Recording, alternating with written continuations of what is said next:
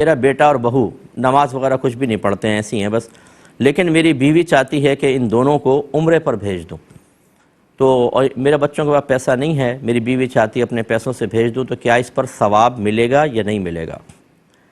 دیکھیں، ہمارا مشورہ یہ ہے کہ وہ اگر بھیجنا چاہتی ہیں تو ایک کنڈیشن لگائیں۔ سب سے پہلے تم نمازی بنو، کم از کم سال بھر تک نماز پڑھو، مکمل 5 نمازیں۔ اس کے بعد علم دین بھی سیکھو، ساتھ ساتھ فرض علوم کورس اپنے مکمل کرو۔ اس کے بعد میں تمہیں پیسہ دوں گی، تمہیں عمرے پہ بھیجوں گی۔ ایسے بھیجنے کا کوئی فائدہ نہیں ہے، عمرہ نہ فرض ہے نہ واجب، وہ اپنے شوق کی تکمیل میں آپ کے پیسے سے فوراً وہاں پہنچ جائیں گے۔ یہاں نماز نہیں پڑھتے، گناہ کبیرہ، اور مکے میں نماز نہیں پڑھیں گے تو 1,00,000 نماز قضا کرنے کا گناہ، پھر مدینے میں آئیں گے تو پھر وہاں پہ الگ وبال۔ اس مقدس مقام پر جا کر آپ کیا سمجھتے ہیں جو یہاں رہ کر اللہ کی اطاعت کے لیے تیار نہیں ہے، وہاں جا کے اللہ کی اطاعت کرے گا؟ بعض کہتے ہیں چلو دیکھتے ہیں شاید وہاں کی برکات حاصل ہو جائیں۔ وہاں کی برکات اس طرح ہوتی تو سارے کے سارے، یعنی کہ ہر ایک کی کایا پلٹ جاتی تو سارے کے سارے پھر بعمل آتے۔ ہم نے تو دیکھا ہے حاجی جاتے ہیں واپس آتے ہیں شیو کرتے ہوئے واپس آتے ہیں، وہیں پہ شیو کروا رہے ہوتے ہیں بیٹھے ہوئے، کوئی توفیق حاصل، نماز قضا کر رہے ہوتے ہیں وہاں پر۔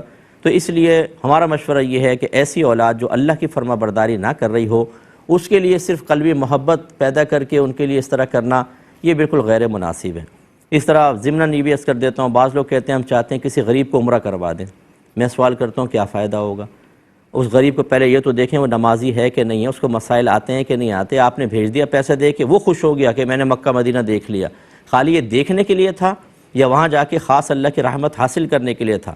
اور رحمت تو حاصل تبھی ہوگی جب وہاں پر جا کے اللہ کی اطاعت والے کام کریں گے، اور وہ اسی وقت ممکن ہے جب علم ہوگا، جب انسان بعمل ہوگا، نہ وہاں نماز پڑھیں نہ کچھ کریں، نہ یہ پتہ کہ احرام کی پابندی کیا ہوتی ہے کیا نہیں، دم پہ دم لازم ہو رہے ہیں۔ آپ نے غریب کی غربت ختم کرنے کے لیے قدم اٹھا لیا، اس سے بہت بہتر ہے دینی طالب علموں پہ خرچ کریں، آپ کے لیے ثواب جاریہ تو ہوگا۔ اچھا، باقی رہا ثواب کا معاملہ، اللہ تعالیٰ نیتوں پر ثواب عطا فرماتا ہے، آپ کے زوجوں کو ثواب تو ملے گا، لیکن جب یہ دیکھ رہی ہیں کہ وہاں نتیجہ کیا نکلنے والا ہے تو جان بوجھ کے تو مکھی کوئی بھی نہیں نکلتا، اس میں احتیاط کرنی چاہیے۔ جو میں نے کہا اس پہ عمل کریں۔ میں ضمناً پہلے کی بات بھی عرض کر دوں کہ بعض لوگ اس پہ بڑے ناراض ہو جاتے ہیں جب ہم اس قسم کا کوئی مشورہ دیتے ہیں، کسی غریب کے عمرے کا سیٹنگ بن رہی ہو اور میرا مشورہ سن کے کوئی رک جائے تو غریب کو تو برا محسوس ہوگا۔ تو ایسے اگر کوئی افراد مجھے سن رہے ہوں تو خدا را ہم پہ ناراض ہونے کے بجائے آپ اس چیز پر غور کریں، ہمیں کیا تکلیف، ہمیں کیا پریشانی اگر کوئی اپنا پیسہ خرچ کر رہا ہے، لیکن صحیح مشورہ دینا ہماری ذمہ داری ہے۔ کسی کو اگر یہ آفر ہوتی ہے کہ تمہیں عمرہ کروایا جائے گا تو اس کو چاہیے کہ سب سے پہلے وہ نماز کا پابند بنے، کیونکہ وہاں جا کے آپ کو نماز پڑھنی ہے۔ اس کے بعد ضروری علم دین سیکھیں، وضو کا طریقہ سیکھیں، غسل کا۔ اگر آپ وہاں پہنچ بھی گئے، نہ وضو کرنا آتا ہے نہ غسل، تو نہ آپ کا وضو ہوگا نہ غسل ہوگا، آپ جنابت کی حالت میں مسجد میں داخل ہو رہے ہوں گے، نمازیں آپ کو پڑھنے نہیں آتی، نماز آپ خراب کر رہے ہوں گے۔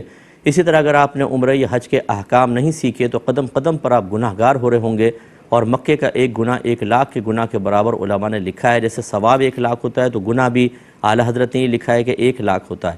تو پھر آپ اندازہ کریں کہ وہاں تو آپ جا کر میرے خیال میں زیادہ عافیت میں تھے، وہاں گئے تو لاکھوں گناہ نامہ اعمال میں لکھوا کر واپس آ گئے۔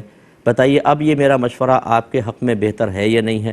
میں یہ نہیں کہہ رہا ہوں کہ غریب کو بالکل نہ بھیجیں، میں تو یہ کہہ رہا ہوں جو صاحب علم ہے اور باعمل، علم اور عمل سے مزین ہے، اس غریب کو بھیجیں، تب آپ کے لیے پیسہ دینا بہت اچھی بات ہے، آپ کو ثواب جاریہ بھی ثواب بھی ملے گا، جاریہ تو نہیں ہوگا، ثواب ملے گا، لیکن ایسے ہی کسی کی غربت دور کرنے کے لیے بھیجنے پہ نقصان ہے اور ہمیں مشورہ دینا ہوتا ہے۔